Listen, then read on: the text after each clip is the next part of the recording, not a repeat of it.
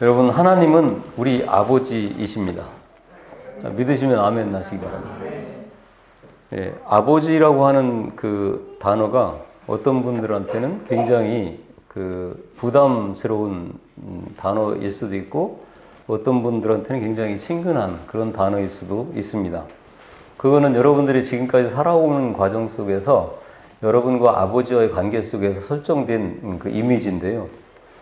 기본적으로 아버지와 자녀의 관계에 대해서 설명을 드릴 텐데, 우리의 믿음은 하나님을 아버지라고 고백하는 데 있습니다. 우리는 아버지와의 자식과 간의 관계, 곧 부자 간의 관계가 어떠하다는 것을 우리는 잘 알고 있습니다. 이 세상은 수많은 관계로 연결되어져 있는데, 그 중에서 부자지간의 관계보다 더 친밀한 관계는 없는 거예요. 부자지간보다 더 진정한 사랑으로 사랑하는 관계도 이 세상에 존재하지 않습니다. 그래서 아버지는 자식을 사랑하되 그를 자기의 목숨처럼 사랑하고, 또 자식도 아버지를 그와 같이 존중하고 사랑하는 거예요. 그래서 아버지와 자식 간의 관계는 아무도 끊을 수 없는 천륜으로 말하는 것입니다. 그래서 이 땅에서 부자지간처럼 온전하고 진실한 관계는 없을 거예요. 그래서 성경에서 내 아버지와 어머니를 공경하라, 이것이 약속이 있는 첫 계명이니 이는 내가 잘되고 땅에서 장수하리라. 에베소 6장 2절부터 3절까지 우리 주님은 말씀하고 계십니다. 부모를 공경하면 하나님이 보장해서 땅에서도 잘되고 장수한다는 것입니다. 교도소에서 근무했던 여러분이 아실 만한 그 장로님이 계시잖아요. 그분의 간증을 들어보니까 지금은 사형 제도가 그 유명무실화돼서 사형을 집행을 안 하고 있었는데, 예전에는 사형수들은 무조건 사형을 집행을 했었어요. 그때 어떠한 폐륜하라 할지라도 사형대에 이슬로 사라질 때는 대부분 그 사형수들이 공통적으로 한 현상을 드러내는데, 그게 바로 부모님에 대한 죄의 회개였다고 합니다. 눈물을 뚝뚝 흘리면서 부모님에게 큰 죄를 졌다라고 회개한다는 것이죠. 이거는 누구나 부모로부터 왔기 때문에 원래의 품으로 돌아가고자 하는 성경에서 그 말씀하시는 것처럼 부자지간의 어떤 관계인지를 역설적으로 설명해 주는 것입니다. 여러분, 고향이 왜 그립습니까? 내가 태어났고 또 부모님이 살아계시거나 또 아니면 부모님의 무덤이 있기 때문일 겁니다. 아버지는 누구냐? 여러분과 아버지의 관계는 그분이 살과 피를 나누어 준 분이기 때문에 그렇습니다. 할 아버지인데 원래 그 단어는 얼 아버지입니다. 얼 아버지. 그래서 할아버지는 혼의 아버지를 뜻하는 거고, 아버지는 육신의 아버지, 살과 피를 나눠준 아버지를 뜻하는 거예요. 그래서 혼을 나눠준 얼 아버지를 할아버지라고 하고, 우리에게 육신을 나눠준 아버지를 아버지라고 부르는 거예요. 그래서 우리는 할아버지로부터는 혼을 물려받았고, 아버지로부터는 살과 피를 나눠 받은 거죠. 그래서 하나님을 아버지라고 부르는 것은 교회에 나오면 자연스럽게 나오는 말이 아닙니다. 이것은 믿음으로만 할 수 있는 고백이고, 하나님을 믿는 사람만이 부를 수 있는 권리예요. 이는 하나님을 믿는 자신의 신분을 자기 입으로 시인하는 겁니다. 우리의 육신은 땅에서 났기 때문에 땅으로 돌아가지만, 영은 하나님으로부터 왔기 때문에 육신과 분리되어질 때, 다시 말하면 우리의 육신의 삶이 다 끝나고 이제는 영과 육신이 분리되어질 때 영은 하나님께로 돌아가는 겁니다. 왜 그럴까요? 하나님은 영의 아버지시기 때문에 그렇습니다. 하나님을 아버지라고 부르는 것은 자신의 영이 하늘로부터 왔다는 것을 인정하는 것이고, 또한 자신이 영적 존재임을 인정하는 거죠. 곧 자신이 육신만으로 끝나는 허무한 존재가 아니라 영원한 삶을 누리는 영적 존재임을 인정하는 고백입니다. 그래서 예수를 믿지 않는 사람이라 할지라도, 그래서 사후세계를 그렇게 존중하고, 특히 이 조상신을 믿는 사람들은 그렇게 그 조상의 묘를 잘 보살피고 가꾸고 하는 이유가 그렇습니다. 그리고 제사를 지극정성으로 드리는 그 이유도 마찬가지죠. 그 조상신들이 와서 먹고 마실 그 상을 정성을 다해서 차려드리는 거예요. 이거는 여러분들이 잘 아시다시피 이 육신의 삶이 다 끝나게 되면 우리의 영혼이 하여튼 어디엔가는 존재한다는 반증을 우리가 알 수가 있는 거죠. 그들도 그걸 알고 있다는 거예요. 믿고 있다는 거죠.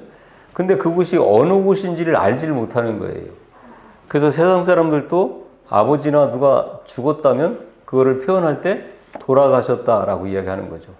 돌아갔다는 것은 어디에서 왔다는 이야기잖아요. 그런데 어디서 왔는지를 그들이 알지 못하지만 하여튼 돌아간다는 건 알고 있는 거예요.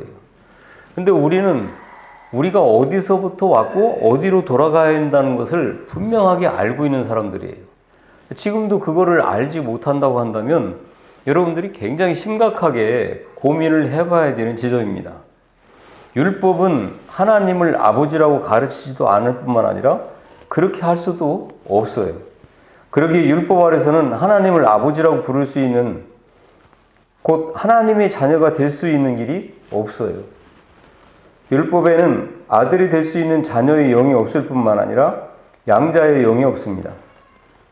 그래서 율법 아래에서는 하나님을 아버지라고 부르지 못하는 거예요. 최초로 하나님을 아버지라고 부른 분이 누구겠습니까? 예수님이에요. 이는 율법 아래에 있는 자들로서는 상상도 할 수 없는 일이죠. 그래서 그때부터 바리새인들과 서기관들과 장로들과 제사장들은 예수님을 대적하기 시작을 한 거예요. 율법 아래에 있는 자들의 아버지는 아브라함 뿐입니다. 아브라함이라는 말의 뜻이 여러 나라의 아버지라고 하는 뜻인데 아브라함만이 그들의 조상일 뿐이에요. 예수님께서 땅에 있는 자를 아버지라고 하지 말라라고 하신 말씀은 이러한 혈육의 관계를 이간하려는 의도나 천륜의 관계를 이간하려는 것이 아니라 이제부터는 누구를 알라? 영의 아버지인 하나님을 알라는 거예요. 왜? 그때까지는 하나님을 아버지라고 그들이 알지 못했기 때문에 그렇습니다. 여기에 대해서 유대인들은 예수가 그들의 법을 위반하고 있다고 생각했고 이로 인해서 예수를 당장 죽이려고 했던 거예요. 이스라엘 사람들의 믿음에 있어서 가장 큰 자부심은 아브라함이 그들의 조상이라고 하는 거예요. 그리고 또 육신의 아버지라고 하는 데 있습니다. 그래서 그들의 최고의 꿈은 죽게 되었을 때 아브라함의 품에 들어가는 거예요. 누가복음 16장의 그 부자와 나사로의 이야기에서도 나사로가 죽어 천사들에게 받들려 아브라함의 품에 돌아가고 부자도 죽어 장사되매 그가 음부에서 고통 중에 라고 말씀하고 있죠. 또 아브라함이 그들의 아버지이기에 부자는 아버지 아브라함이요 라고 하면서 아브라함에게 부르짖는 그 말씀이 보고 있잖아요. 이와 같이 그들의 믿음의 절정은 아브라함의 품에 돌아가는 거예요. 그러나 예수는 이제부터 너희 아버지는 하늘에 계신 하나님이라고 가르쳐주고 계시죠. 이것은 이스라엘에게는 상상도 할 수 없는 엄청난 일이고 우리에게는 가히 상상할 수도 없는 엄청난 은혜인 거예요. 이제 예수 그리스도 안에 있는 자들은 하나님을 아버지라고 부르짖게 된 거죠. 이스라엘은 죽은 뒤에 아브라함의 품으로 들어가는 것이 가장 큰 꿈이었던 것처럼 우리의 꿈은 예수께서 하늘 아버지의 품으로 돌아가신 것 같이 우리 또한 아버지의 품으로 돌아가는 데 있습니다. 육신은 땅에서 났기 때문에 흙으로 돌아가지만 우리의 영은 하늘로부터 왔기 때문에 하늘 아버지께로 돌아가는 거예요. 왜냐하면 하나님과 우리는 아주 깊은 부자간의 관계이기 때문에 그렇습니다. 그래서 오늘날처럼 교회가 많고 교인들이 많은 것과 이들 가운데 외식과 형식에 치우친 신자가 많을 때도 역사적으로 없었습니다. 그러나 참 마음으로 하나님께 돌아온 자는 그리 많지 않습니다.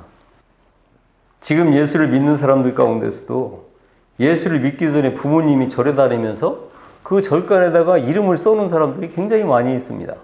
기와장 바치면서 기와장에 이름 써놓고 벽돌 바치면서 벽돌에 이름 써놓고 그 자녀들을 위해서 뭐 기도해 준다고 그래갖고 하여튼 이름 써가지고 이렇게 그 절간에 그 이름이 기록되어 있는 사람이 굉장히 많이 있어요. 그런데 여러분 그 불교에서는 뭐를 믿냐면 윤회설을 믿습니다. 여러분 잘 알고 계실 거예요. 윤회설이라는 것은 다시 태어난 과정을 4억 8천만 번을 거치는 거예요. 4억 8천만 분. 그게 태어났다가 죽었다가 태어났다 죽었다를 4억 8천만 번을 한다는 거죠.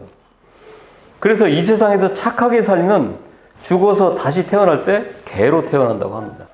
그러니 이들이 꿈이라고 해봐야 이 땅에서 착하게 살다가 이 다음에 개로 태어나겠다는 것 아니겠습니까? 그러니 그들의 꿈이 뭐겠어요? 이왕이면 개로 태어날 바에야 사람들한테 집에서 그렇게 이쁨 받고 사랑받는 무슨 뭐 푸들이라든지 이런 개로 태어나야지 하는 게 꿈이었을 거예요. 그러니 이런 사람들이 예수를 믿은 후에 하나님을 아버지라고 불렀을 때 그 충격이 얼마나 컸겠습니까? 만약에 예수를 믿지 않고 부처님 앞에 무릎을 꿇었더라면 개만 또 못했을 텐데, 예수를 믿어서 하나님을 아버지라고 부르는 하나님의 아들, 신의 아들이 되었으니 이 영광을 무엇과 비교할 수가 있겠냐 말이에요. 우리는 하나님의 자녀들이죠. 세상과 타협할 수 없는 믿음의 자녀들입니다. 세속과 하나님께 양다리를 걸치고 살 수 없는 그분의 자녀들인 거예요. 하나님의 능력은 확실히 살아있습니다. 여러분들이 착각하시면 안 되는 게, 많은 목사님들이, 지금까지 제가 교회에서 많은 행사들을 진행하고 경험했다고 그랬잖아요. 그럴 때마다 별 사람들이 다 모이죠. 그럼 별 사람들이 다 모이는데 그 사람들을 그 교회에서는 전부 다 넓은 아랑으로 수용하죠. 뭐 별 사람들을 다 수용해요. 교회에서 별다른 짓을 다 해도 다 수용한다고 그러죠. 그러면서 한다는 이야기가 있습니다. 무슨 이야기? 저러다가 어느 순간에 하나님의 자녀가 되는 거지. 맞는 이야기. 틀린 이야기는 아닙니다. 그러나 여러분, 잘 생각해 보십시오. 그런 사람들이 하나님의 자녀가 되어질 때는 그 교회에서 하나님의 나라가 어떤 나라고 그 하나님의 나라의 법은 어떠하기 때문에 당신이 하나님의 백성이 되어지고 하나님의 자녀가 되어진다면 이러한 나라에 속함으로 말미암아 이 법을 지켜야 되고, 이 법을 지키게 될 때 여러분은 이러한 축복을 받게 됩니다 라는 걸 가르쳐 줘야 될 거 아니겠습니까? 그런 교회를 저는 만나본 적이 없어요, 지금까지. 여건상으로 할 수 없는 교회들이 굉장히 많이 있죠. 큰 교회들은 일주일에 한 번 그 예배 드리는 것도 빠듯합니다. 왜? 막 1부, 2부, 3부, 4부 막 예배를 드려야 되니까. 그런데 더 중요한 거는 그런 예배를 통해서 선포되어지는 말씀의 내용을 보면 전부 다 뭐예요? 생활 절기들이에요. 아니면 윤리나 도덕을 강조하는 거죠. 착하게 살자, 겸손하게 살자, 사랑하며 살자, 용서하며 살자. 잘 생각해 보세요, 여러분. 그 안에 누가 있습니까? 하나님이 계십니까? 내가 있습니까? 내가 있는 거예요. 내가 그렇게 살아야 된다는 거죠. 그거는 성경의 말씀이 아니래요, 여러분.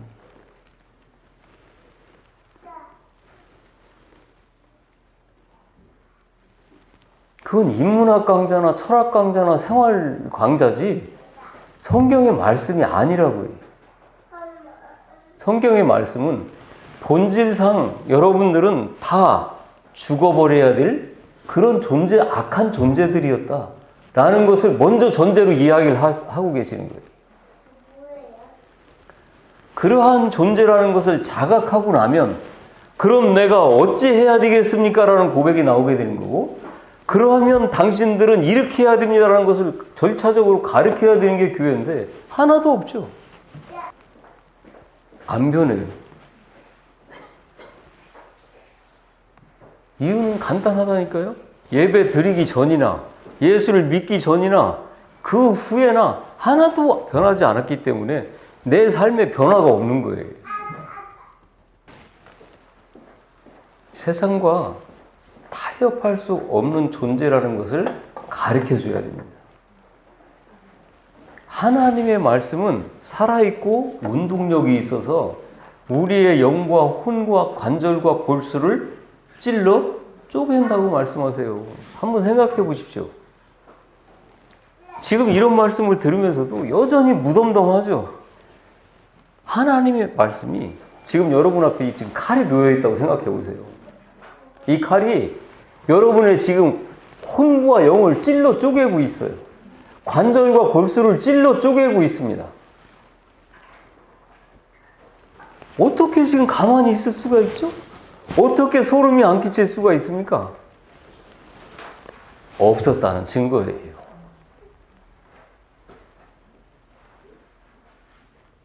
그 찔러 쪼개물 받은 자들의 삶을 여러분들이 많은 간증이나 이 성경을 통해서 선지자들의 삶을 통해서 보셨을 거예요.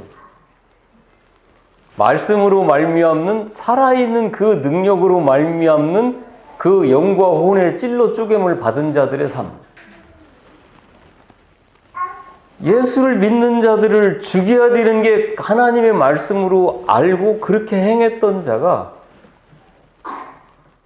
그들을 살리는 게 하나님의 말씀이었구나라는 것을 깨닫고 나니까 그들을 살리면서 오히려 자기가 죽습니다. 그게 하나님의 말씀의 능력인 거죠. 경우에 따라서는 여러분들이 바로 이 자리에 앉아 있다는 것 자체가 증거가 되어줄 수도 있을 거예요. 이것에 대한 우리의 믿음은 살아있는 믿음이기 때문에 그대로 우리 속에서도 역사하시는 겁니다. 그러면 여러분들이 믿는 하나님은 어떤 아버지십니까? 제가 아버지 학교를 이렇게 진행을 해보니까 어떤 분들은 아버지라는 그 단어를 들을 때마다 아주 이 알레르기 반응을 보이는 분들이 지금 제법 있더라고요. 왜? 시대가 그렇게 변해가지고 아버지와 그 아들의 관계가 굉장히 악화되어져 있는 사람들은 아버지로 말미암는 그 아버지 상이 좋을 리가 없습니다. 그러니까 하나님을 아버지라고 하니까 그 하나님에 대한 상도 자기 육신의 아버지의 상과 연결이 되어져서 도무지 와닿지 않는다는 고백을 제가 많이 들었어요. 여러분들이 그런 삶을 살았을지라도 하나님은 여러분의 아버지인데 왜 그런 아버지에 대한 좋은 감정을 갖고 있지 못하냐면 아버지로 말미암아 받은 상처가 치유가 되지 않았기 때문에 그렇습니다. 그래서 그들은 먼저 자기가 가지고 있는 아버지에 대한 부정적인 이미지나 부정적인 상, 그로 말미암아 갖게 된 그 상처를 먼저 치유를 받게 되어졌을 때 그때야 비로소 하나님의 그 크신 사랑과 하나님의 그 자비하심과 하나님의 그 긍휼하심을 경험하게 되더라고요. 여하튼 하나님을 아버지라고 부르는 여러분들의 그 고백 가운데 계신 하나님은 어떤 아버지냐? 우리나라에 복음이 처음 들어왔을 때 그 이야기인데 그 익산에 가면 그 기역자 교회라고 있어요. 기역자 교회. 왜 기역자겠습니까?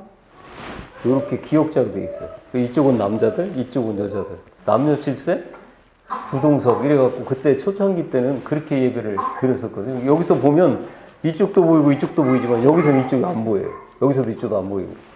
그 굉장히 그 기독교 역사적으로 그 문화유산이 되어져서 탐방도 많이 가고 그러는데 저도 한번 가봤거든요. 그런 시대 때 얘기인데 어머니하고 이제 아들하고 같이 밥을 먹으면서 이제 기도하는데 엄마가 기도할 때 하나님 아버지 이렇게 기도하더라는 거예요.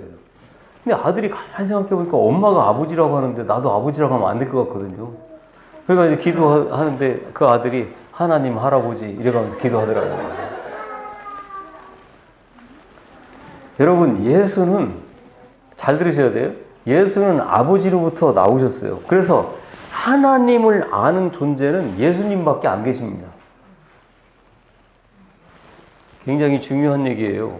그래서 여러분이 하나님을 알게 되거나 하나님 나라로 갈 때 예수로 말미암지 않고는 하나님을 알 수도 없을 뿐만 아니라 예수를 말미암지 않고는 아버지의 나라로 갈 수가 없어요.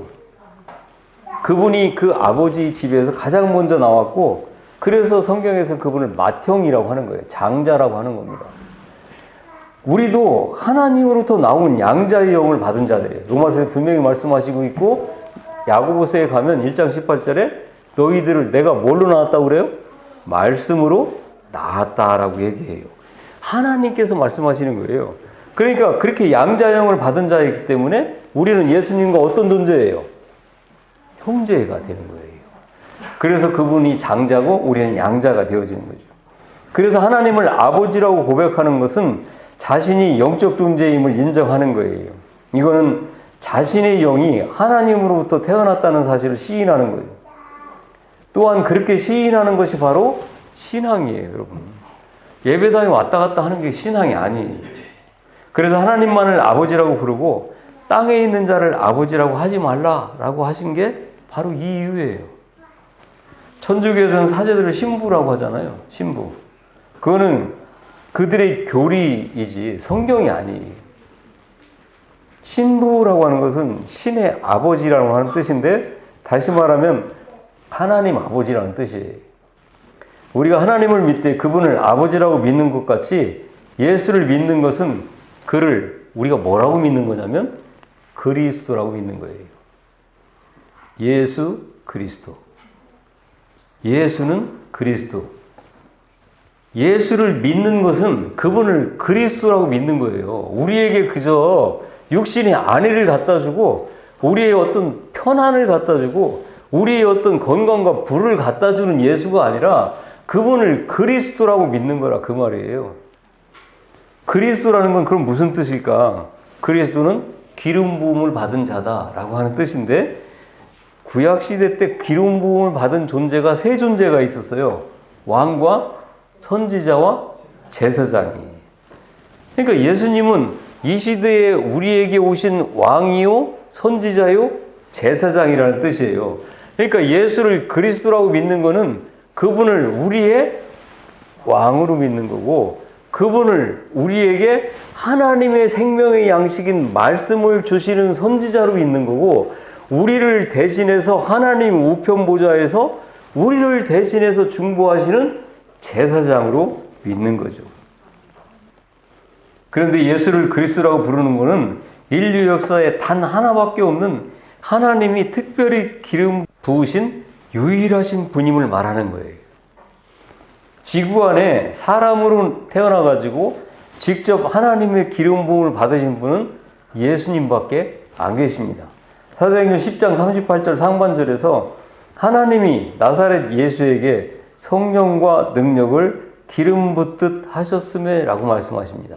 그러니까 하나님께서 나사렛에서 태어난 인간 예수에게 성령과 능력을 기름 붓듯 하셨다 이렇게 말씀합니다. 그러니까 하나님은 예수를 유일하게 그리스도로 기름 부으신 거예요. 이러한 예수를 그리스도로 시인하는 것이 우리의 신앙인 거죠. 그리스도는 하나님을 세상에 보여주실 수 있는 하나님의 비밀을 가지신 유일한 분이에요. 다시 말해서 하나님의 비밀을 맡은 자가 그리스도라는 거죠. 그래서 예수를 하나님의 비밀이라고 말씀하시는 거예요. 오늘 본문에 골로새서 2장 2절에서 이는 그들로 마음의 위안을 받고 사랑 안에서 연합하여 확실한 이해의 모든 풍성함과 하나님의 비밀인 그리스도를 깨닫게 하려 합니다. 사도 바울이 지금 목숨을 걸고 너희에게 복음을 전하는 것은 바로 하나님의 비밀인 그리스도를 깨닫게 하려 합니다 라고 말씀하세요. 1장 27절에서는 하나님이 그들로 하여금 이 비밀의 영광이 이방인 가운데 얼마나 풍성한지를 알게 하려 합니다. 이 비밀의 영광, 하나님의 기업으로 부르신 우리로 말미암는 성전 되신 우리로 말미암는 그 하나님의 영광이 얼마나 풍성한지를 알게 하려 하십니다. 이 비밀은 너희 안에 계신 그리스도시니 곧 영광의 소망이다 말씀합니다. 예수는 하나님의 비밀이시기 때문에 하나님의 비밀이 그로 인해서만 공개되는 거예요. 그렇기 때문에 하나님은 그에게만 하나님의 모든 일들을 허락하셨습니다. 예수는 하나님의 비밀이시기 때문에 하나님의 비밀이 그로 인해서만 공개되는 거예요. 그래서 우리가 하나님을 믿는다 할지라도 예수 그리스도가 그리스도이심을 믿고 그리스도가 무슨 뜻인지를 우리가 자각하면서 그래서 예수를 우리가 믿어야 되는구나 라고 하는 그 믿음의 고백이 나올 때 그분으로 말미암는 계시, 그 계시를 통한 하나님을 우리가 만나게 되는 거예요. 예수는 사람으로서 하나님을 아는 유일한 분이에요. 그분만이 하나님을 아는 그리스도시요 하나님의 비밀을 간직하고 있고 또 이를 보여주실 수 있는 분이죠. 그러므로 누구든지 예수를 말미암지 않고는 하나님께 나아갈 수가 없고 하나님을 알 수가 없습니다. 그래서 예수는 요한복음 10장 9절에서 내가 문이니 누구든지 나로 말미암아 들어가면 구원을 받고 또는 들어가며 나오며 꼴을 얻으리라 말씀합니다. 뉴욕에 있는 어느 지식인이 굉장히 유명한 칼럼니스트인데 그분이 그 부인과 자녀들이 교회를 나가게 되면서 그분도 한번 교회에 관심을 갖고 교회에 나가기 시작을 했어요. 근데 도무지 하나님을 믿으려고 노력을 해도 믿어지지 않고 더더군다나 예수라는 분이 하나님의 아들인데 육신을 입고 이 땅에 인간으로 오셨다라고 하는 그 말이 도무지 더더욱 믿어지지가 않았습니다. 그래서 그는 어느 날부터 교회에 나가지 않게 됐어요. 안 믿어지니까 나갈 수가 없게 됐다. 그러던 어느 날 크리스마스 날인데 눈이 하얗게 쌓여져 있는 어느 날이었어요. 그래서 부인과 자녀들은 다 그 크리스마스 날 교회에 나갔죠. 그때 집에서 이제 혼자서 글을 쓰고 있다가 창문 밖에서 짹짹짹짹 거리는 소리가 들려서 보니까 그 추운 겨울날 이 따뜻한 그 벽난로와 불빛을 보고 참새 한 마리가 밖에서 창문 밖에서 왔다 갔다 해가면서 짹짹거리고 있는 소리를 듣게 된 거죠. 조금 이따 가려니 했는데 안 가고 계속 거기 짹짹거리고 있는 거예요. 가까이 가서 창문을 열어주고 따뜻하게 들어와라 라고 창문을 이렇게 열어줬더니 그 새는 자기를 해치는 줄 알고 밖으로 더 멀어지더라는 거예요. 그래서 나가가지고 가서 이제 손으로 안으로 들어가라고 막 이렇게 했는데 더 멀어지게 되는 거예요. 그래서 차고에 가가지고 이제 그 밖에 눈을 쓰는 빗자루를 가지고 와서 안으로 들어가라고 막 이렇게 하니까 날아가 버렸어요. 그때 생각을 한 거죠. 나는 그 뜻이 아니었는데 저를 따뜻한 품에서 좀 쉬었다 가라고 따뜻한 곳으로 안내해 주려고 했는데 오히려 그는 자기를 해치는 줄 알고 더 멀리 날아가 버렸어요. 추운 곳으로. 내가 보니까 아니었는데 그에게는 그렇게 비쳤구나. 그러면서 내가 그에게 내 마음을, 내 생각을 알려줄 수만 있다면 얼마나 좋을까라는 생각을 해보니까 그렇게 되려면 내가 참새가 될 수밖에 없더라는 거예요. 그때 예수에 대한 믿음이 확 깨어나더라는 거죠. 그래서 그는 그 한 걸음에 교회에 달려나가서 예수를 주로 고백하고 예수가 그리스도이심을 믿습니다라고 고백하면서 신앙생활을 하게 됐다라는 간증을 들은 적이 있습니다. 예수는 그리스도십니다. 사도행전 10장 38절에서 하나님이 나사렛 예수에게 성령과 능력을 기름 붓듯 하셨으며 그가 두루 다니시면서 착한 일을 행하시고 마귀에게 눌린 모든 자를 고치셨으니 이는 하나님이 함께 하셨음이라 라고 말씀하고 있습니다. 이와 같이 예수님만이 성령과 능력으로 기름 부음을 받으셨어요. 또 하나님도 예수에게만 자신을 나타내 보여주시고 그러기 때문에 예수로만 하나님을 알게 되는 거예요. 그러기에 예수를 모르는 사람은 하나님을 알지 못합니다. 누구든지 예수를 믿기 전에는 하나님이 계시다는 것을 확실히 알 수 없지만 예수를 알게 되면 그때야 비로소 하나님이 계심을 확실히 알고 천국이 있음도 알게 되고 하나님의 그 크신 사랑과 자비와 긍휼도 알게 되고 자신에게 큰 축복이 있다는 것을 확실하게 알게 되는 겁니다. 여러분 여기서 알게 된다라고 하는 단어는 우리가 내가 장로님을 알아요. 김민우 집사님을 알아요. 이런 관계가 아니에요. 그렇게 아는 그런 지식적 관계를 얘기하는 게 아니라 남녀가 둘이 만나서 결혼을 하게 됨으로 말미암아 서로에 관해서 경험적으로 알게 되는 것을 얘기합니다. 성경에서 말씀하시는 안다라는 것은 그래서 호세아서에서 말씀하시는 것처럼 너희가 나를 알아라 하나님을 알아라 라고 간절하게 호소하는 것은 지식적으로 알으라는 게 아니, 나를 경험하라고 하는 거예요. 그럼 신약시대에 와서 그분을 경험하고 알게 되려니까 누구를 알아야 돼요? 예수를 알아야 되죠. 예수를 어떻게 알아야 돼요? 그리스도라고 믿는 거예요, 여러분. 예수는 그리스도의 직분을 감당하기 위해 여러분에게 오신 분이니까 여러분은 예수를 그리스도라고 믿는 거죠. 그리스도는 뭐 하시는 분이라고 그랬어요? 여러분의 왕이에요. 그러면 여러분은 그 왕에게 누가 돼야 되는 거예요? 나도 같은 왕이 돼야 되는 거예요. 맞습니까? 그러면 뭐가 돼야 되는 거예요? 신하. 신하는 다른 말로 얘기하면 뭐예요? 종이. 여러분의 인생 가운데 여러분은 인생의 주인공이 아니에요. 종인 거죠. 여러분이 건강하다고요? 앞으로 살 날이 창창하다고요? 자만이라고 하는 거예요, 그거를. 제가 아는 어떤 분이 그러더라고요. 저보다 한 10살 정도 위에 선배인데 형님이라고 하면서 굉장히 친했던 분이에요. 그분이 감기 들어가고 굉장히 몸이 아팠어요. 앓고 나서 이제 사무실 나왔길래 형님 몸이 좀 어떻습니까? 건강 조심하셔야 돼요. 그랬더니 그분이 하는 얘기, 그분이 예수를 안 믿었거든요. 근데 그분이 하는 이야기, 지금도 생생해요. 너무 은혜가 됐기 때문에. 야, 인마, 너도 조심해. 감이 뭐 홍시만 떨어지는 줄 아냐? 바람 불면 땡감도 다 떨어져.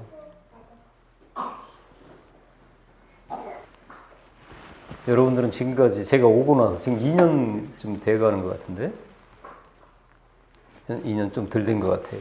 물론 그간에 그 간격도 조금 있긴 했지만 여러분은 이런 말씀을 드리면서 내 인생이 얼마나 변했는가를 잘 생각을 해보셔야 돼요. 안 그랬다라고 한다 그러면 여러분은 지금 예배를 드리고 있는 게 아니에요. 굉장히 심한 말입니까? 아니에요. 실제로는 훨씬 더 심한 이야기예요. 왜? 지금까지 여러분이 예배를 드린다고 이 자리에 앉아 있었으면서도 정작 하나님과 관계가 없었다는 이야기거든요. 그냥 의례적으로 이 자리에 앉았었다는 것 뿐이에요. 저하고는 또 다음 주는 또 만나야 되지만 지금 이 한 시간은 지나고 나면 다시 돌아오지 못할 여러분의 인생이거든요. 잘 살고 못 살고는 거듭 말씀드리지만 예수 안 믿는 사람들도 여러분보다 훨씬 더 잘 살아요. 그것 때문에 교회 나오지 마시고 차라리 그것 때문에 교회 나온다고 하면 그 시간에 가서 돈 버시고 공부하세요. 차라리. 예수를 믿는다는 것은 그거보다 훨씬 더 큰 상위 개념이에요. 그거를 포괄하는 그 큰 복을 얘기하는 거죠. 그러면 그거를 포괄하고 있는 그거보다 더 큰 복을 내가 소유하고 있다면 그 안에 담겨져 있는 요 작은 복이야. 굳이 말해서 뭐 하겠습니까? 당연히 책임져 주시죠. 그러면 예수에게 있는 하나님의 비밀이 무엇입니까? 요한복음 11장 25절에서 나는 부활이요 라고 말씀하십니다. 즉 부활은 하나님이 그리스도에게 베푸신 그리스도만이 소유하고 계신 유일한 비밀이에요. 인류 역사상 예수 그리스도밖에 부활에 관한 소식을 들어본 일이 없습니다. 지금은 부활에 대해서 우리가 알고 있으면서도 예를 들어서 누가 죽었어요. 무덤을 만들었어요. 근데 그자가 무덤을 내치고 깨어났다라고 한다면 여러분들은 아마 그 근처에도 못 갈 거예요. 무서워서. 구약의 예언이나 율법은 모두가 비유로 되어 있기 때문에 이것들로 예수를 알 수가 없는 거죠. 율법을 가까이 하다 보면은 양을 잡아라, 뭐 염소를 잡아라, 제사를 어떻게 지내라, 어떻게 살아라, 뭐를 먹지 말아라, 만 그런 이야기들이죠. 이해할 수가 없는 그런 문구들이 굉장히 많이 있어요. 이렇게 비유로서는 또 다른 비유를 해석할 수가 없게 되는 거죠. 이거는 얼굴에 수건을 쓴 것 같이 애매모호한 거예요. 그러므로 율법 아래에서는 누구든지 하나님의 비밀을 알 수가 없고 하나님을 발견할 수가 없습니다. 그래서 이스라엘 그 유대인들이 어떻게 메시아로 오신 예수를 그렇게 십자가에 무자비하게 죽일 수가 있었나? 당연한 거예요. 왜? 그들은 이 비유로 밖에는 하나님의 말씀을 알지 못했기 때문에 제사를 폐한다, 자기가 하나님의 아들이다, 내가 하나님이다, 성전을 헐어라, 이런 이야기를 어떻게 불경죄로밖에 받아들일 수밖에 없었던 존재들이기 때문에 그렇습니다. 할 수가 없는 거죠. 그러나 예수는 비유가 아니라 실상이에요. 그렇기 때문에 예수로 인해서 모든 구약과 비유가 예수에 관한 설명이라는 것을 비로소 알게 되는 거죠. 오늘날 우리가 예수를 믿는 자라면 예수를 그리스도라고 믿는 자요, 이는 또한 그리스도 안에 비밀을 가진 자다, 이렇게 이야기하는 겁니다. 그래서 나는 예수를 믿는 자다라고 한다면 뭐라고 얘기할 수가 있을까요? 나는 그리스도의 비밀을 가진 자다라는 말이에요. 우리가 예수를 믿기 전에 부활에 관한 이야기를 들어보지 못했던 거죠. 따라서 부활에 관한 소망이나 그런 거를 우리가 가질 수가 없게 되는 거였어요. 그러나 이제 우리는 예수 그리스도 안에서 인간에게 부활이 있음을 알게 됐죠. 이거는 하나님이 영원전부터 하나님을 믿는 자에게 주시려고 준비해 줬던 비밀이에요. 아들이신 예수를 보내셔서 그에게 기름을 부어서 그리스도가 되게 죽게 하시고 마침내 죽은 자 가운데서 살아나게 하심으로 그 비밀을 처음 세상에 공개하신 거예요. 여러분, 예수님이 말씀하시죠. 율법은 선하고 의롭다, 그리고 사랑이다, 이에 더해서 거룩하다 말씀하십니다. 근데 예수님이 말씀하시죠. 율법의 마침은 하나님의 사랑과 이웃사랑이다 라고 말씀합니다. 그런데 중요한 게 있죠. 율법에는 뭐가 없어요? 부활이 없어요. 부활이. 이거는 오직 예수께서 오셔서 그리스도가 되시고 죽은 자 가운데서 부활하시고 하나님께 기름 부음을 받은 자임을 완전하게 나타내 주심으로 우리에게 있게 해주신 거예요. 예수 그리스도만이 창세 이후에 죽은 자들 가운데서 부활하신 유일한 분이십니다. 예수는 하나님의 비밀인 부활을 세상에 보여주신 유일한 분이세요. 요한복음 11장 26절에서 무릇 살아서 나를 믿는 자는 영원히 죽지 아니하니 이것을 네가 믿느냐. 그러면 여러분 지금 다 살아계세요. 여러분 안 죽습니까? 그럼 이게 무슨 말씀일까요? 성경은 여러분의 육신을 이야기하는 게 아니라는 걸 얘기하고 있는 거예요. 그럼 무엇만 얘기하고 있을까요? 여러분의 영만 얘기하는 거죠. 육신의 죽고 삶은 문제가 안 되는 거예요. 근데 우리는 전부 육신의 문제에 창념되어 있잖아요. 여러분이 깨달으셔야 돼요. 우리는 착한 일을 하려고 예수를 믿는 게 아니에요. 우리에게 부활이 없다면 우리의 믿음은 헛거죠. 그래서 고린도서 15장에서 분명히 말씀하고 있는 거예요. 만일 죽은 자 가운데 살아나는 일이 없으면 그리스도 다시 살아나신 일이 없을 거고, 그리스도께서 다시 사신 일이 없으면 너희의 믿음도 헛되고 너희가 여전히 죄 가운데 있을 거다. 예수를 그리스도라고 시인하는 자들에게는 이미 부활이 약속되어 있습니다. 이러한 소망을 가진 자들에게 성령을 주시고 성령으로 그 믿음을 인쳐주신다고 말씀하십니다. 뿐만 아니라 성령이 임하면 권능이 나타나서 그 권능으로 믿는 자 모두가 그리스도임을 증명하게 되는 거예요. 다시 말하면 하나님이 예수에게만 기름 부으셔서 그에게 하나님의 심판권을 주시고 하나님을 알게 하는 것과 하나님의 생명과 하나님의 능력을 주시고 또한 하나님의 자녀가 되게 하는 권세도 주셨음을 우리는 확실하게 알게 되는 거예요. 그러므로 하나님께 가까이 갈 수 있는 열쇠와 비밀은 누구에게만 있어요? 예수님에게만 있는 거죠. 에베소 1장 11절 3절부터 6절까지 보면 모든 일이 예수 그리스도 안에서 작정되고 또 그 일을 예수 안에서 이루신다 말씀하고 있습니다. 예수는 우리가 누구로 믿는 거냐면 누구요? 그리스도로 믿는 것이 우리의 신앙이에요. 하나님을 믿는 자는 그 믿음으로 하나님을 아버지라고 부를 것이요, 예수를 믿는 자는 그 믿음으로 예수를 그리스도라고 시인하는 겁니다. 또한 자기가 그리스도인 됨을 자인하는 자는 성령의 권능을 받아서 자신이 그리스도인 되심을 세상에 나타내게 되는 거예요. 이와 같이 믿는 자는 하나님의 자녀요 그리스도인이요 성령의 권능을 이어받은 자예요. 하나님은 예수가 그리스도임을 믿는 자들의 믿음을 성령을 주셔서 알게 하시고 보증해 주시고 그 성령으로 권능이 나타나게 하신 겁니다. 예수는 그리스도시요 하나님의 비밀을 맡은 자입니다. 예수는 죽은 자 가운데서 부활하심으로 이 비밀을 우리에게 주셨어요. 오늘날 우리가 예수 그리스도임을 믿음으로 그가 가지고 계신 비밀, 그 부활을 믿게 되는 겁니다. 이제부터 우리는 예수가 그리스도임을 믿는 자에게 주시는 성령을 통해서 그리스도 안에 있는 비밀을 가진 자가 되어져야 되는 거죠. 그러한 하나님의 사람, 성령의 사람이 모두가 되어져야 합니다. 그래서 오늘 부활 주일을 맞이해서 여러분이 부활이라는 개념을 어떻게 생각하고 있는지에 대해서 다시 한번 깨닫는 시간이 되고 여러분이 믿는 예수가 누구인지를 깨닫는 시간이 돼서 예수는 그리스도이심을 고백하고 그리스도는 우리에게 누구인가를 여러분이 자각해서 그분이 왕 되시고 우리에게 생명의 말씀을 주실 뿐만 아니라 우리의 이 영혼을 위해서 하나님의 우편 모자에 앉으셔서 우리를 위해서 중보하고 계신 분임을 잘 깨닫고 그분 앞에 나아가는 여러분 되기를 예수 그리스도의 이름으로 축복합니다.